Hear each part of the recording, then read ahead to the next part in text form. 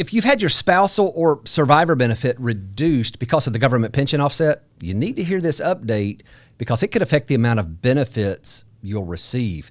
So as most of you know by now, the Social Security Fairness Act passed, which eliminated both the windfall elimination provision and the government pension offset. Now, there's still a lot of information that's not known as to how this is going to be implemented, but the administration did recently update their guidance about this act. And one thing is very, very clear. If an individual hasn't filed for spousal or survivor benefits because of the government pension offset, they need to file immediately, like today. Retroactive payments will only be made back to the later of these two dates, the filing date or January 2024. This means that if you haven't filed in the past because you weren't eligible, and you're going to wait until they release more details on how this is going to be implemented, you could miss out on a few months of benefit payments. So let me show you what the newly updated page says, and then I'm going to give you some guidance on how to do this correctly. So they say under the heading, what should people do now that the Social Security Fairness Act is law? And the first question there is, if you've never applied for spouses or surviving spouses benefits, you may need to file an application.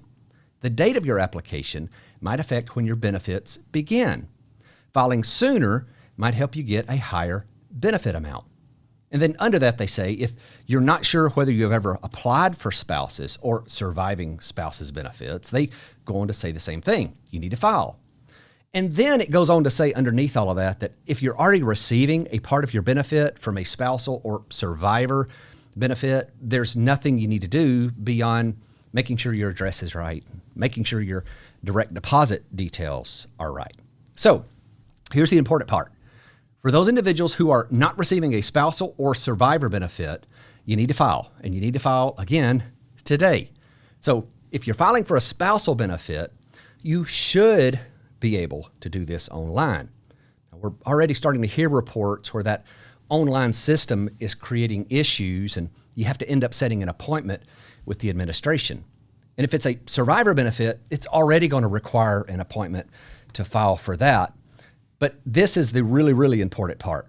These appointments are often scheduled weeks out into the future and sometimes months. So it's really important to request today as your protective filing date when you're setting up the appointment. That protective filing date starts the clock on when your benefits actually began, and that's going to determine how much you'll receive as a retroactive payment. Now, if you have questions, I'm going to be down in the comments. And before I forget it, if you see my background, I know it's a little messy right now, but we are getting ready to roll out the video version of our podcast, Big Picture Retirement, which, by the way, if you haven't checked that out yet, you should. It's a fantastic podcast where John Ross and I, who's an estate planning attorney, we get on, we talk about all things related to retirement. It's very fast growing. We're having a lot of new listeners come into that, and I'd love for you to be one of those. And one last thing, if you haven't already subscribed and turned on notifications, be sure to do that before you leave so you won't miss any of these updates. Thanks so much for watching.